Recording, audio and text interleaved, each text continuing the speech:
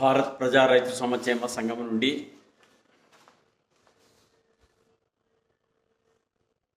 ప్రస్తుత భారతదేశంలో 143 కోట్ల మంది ఎంత ట్యాక్స్ పే చేస్తున్నారు అనేది ఒక ఆలోచనతో, అంటే నాకున్న అవగాహన ప్రకారం, దీంట్లో గల తప్పు కూడా ఉండవచ్చు, కానీ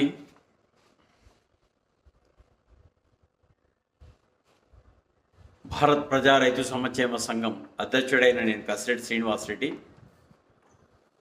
మా సెక్రటరీ కొత్తపల్లి నాగిలింగారెడ్డి గారు, మా వైస్ ప్రెసిడెంట్ ఆగుతోట్లపల్లి నారాయణ రెడ్డి గారు, ఉప vice president vice president Basampalli Nagaraju గారు, గో ఆధారిత వ్యవసాయం, ప్రకృతి వ్యవసాయం, దాని మీద రైతులు కూడా శిక్షణ ఇస్తున్నారు. గో ఆధారిత వ్యవసాయం ఎలా చేసుకోవాలని చెప్పేసి సుమారుగా 12-13 సంవత్సరాల నుంచి. మరి అదేవిధంగా జాయింట్ సెక్రటరీ గరుడశేఖర్ రెడ్డి గారు, ఆర్గనైజింగ్ సెక్రటరీ మైలవల్ల మల్లారెడ్డి గారు, నోటరీ, లాయరు, రైతు. మరి అదేవిధంగా బొమ్మలాట్పల్లి సత్యనారాయణ రెడ్డి గారు, రైతు. మరి ఈసీ మెంబర్స్ దేవేందర్ రెడ్డి గారు, గో ఆధారిత వ్యవసాయం, ప్రకృతి వ్యవసాయం. ఎల్ఐసి చంద్రశేఖర్ రెడ్డి గారు, కదిరిపల్లి, రైతు. శివానందరెడ్డి గారు, ఉప్పరపల్లి, రైతు. శివ కాంట్రాక్టర్ శ్రీనివాసులు గారు, రైతు. హనుమన్న గారు, లాయర్. వెంకట శివారెడ్డి గారు, నాగిరెడ్డిపల్లి, ప్రకృతి వ్యవసాయం, రైతు. వెంకటరెడ్డి గారు, రైతు, పొట్టాలపల్లి. వీరంతా మా కమిటీ సభ్యులు. మళ్ళీ రైతులకు, ప్రజలకు అందరికీ నమస్కరిస్తూ, ప్రస్తుత మన జనాభా 143 కోట్లు, అంటే 146 అంటున్నారు.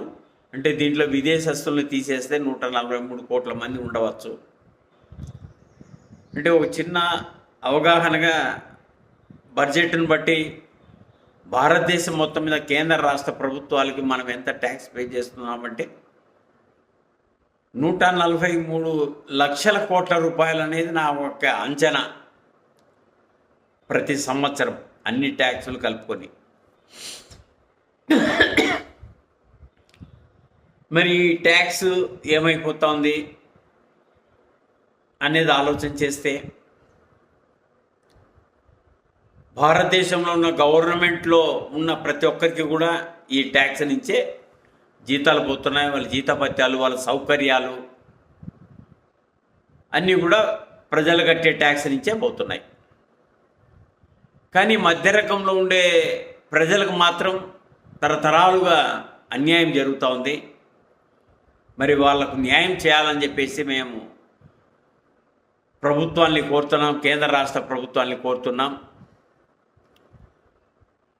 మరి ముఖ్యంగా ట్యాక్స్ పేయర్స్కి ఎలాంటి బెనిఫిట్ లేదు, ఎలాంటి బెనిఫిట్ లేదు.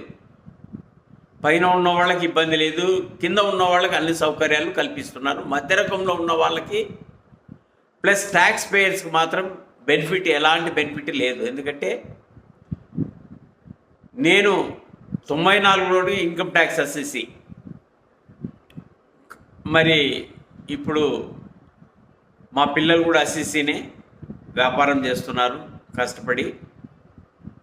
మరి ట్యాక్స్ పేయర్స్కి ఎక్కడ కూడా బెనిఫిట్, అసలు ఎలాంటి బెనిఫిట్ కనిపించడం లేదు. ఎందుకు గవర్నమెంట్ ట్యాక్స్ పేయర్ని విస్మరిస్తూ ఉంది అంటే, ఏమి చేయాలన్నా కూడా ట్యాక్స్ పేయర్ని కూడా సంప్రదించరు. ట్యాక్సులు కట్టి కొందరి నిజంగా చెప్పాలంటే చాలా ఇబ్బంది అవుతూ ఉంది కొంతమందికి. కాబట్టి ప్రభుత్వాలు ఆలోచన చేసి ట్యాక్స్ పేయర్స్ కూడా న్యాయం జరిగేదట్లా చేయాలని చెప్పేసి మేము భారత్ ప్రజా రైతు సంక్షేమ సంఘం నుంచి కేంద్ర రాష్ట్ర ప్రభుత్వాన్ని కోరుతున్నాం. మరి అదే తరహాలోనే భారతదేశంలో ప్రతి ఒక్కరికి ట్యాక్స్ పేరే, ఎవరి తగ్గట్టుగా వాళ్ళు ట్యాక్సులు పే చేస్తూనే ఉన్నాం. చిన్న ఆలోచన చేస్తే భారతదేశంలో అడుగు తినేవాడు కూడా ట్యాక్స్ పేరే లాస్ట్. ఆయన అడుగు తిన్నా కూడా ట్యాక్స్ కడుతున్నాడు దేశానికి. అతను టిఫిన్ తింటే ట్యాక్స్ ఉంటుంది, ఆయన టీ తాగినా దాంట్లో ట్యాక్స్ ఉంటుంది, ఆయన కొంతమంది లిక్కర్ తాగుతారు దాంట్లో ఇంకా ఎక్కువ ట్యాక్స్ ఉంటుంది. అంటే దీనికి గవర్నమెంట్కి బెనిఫిటే. అంటే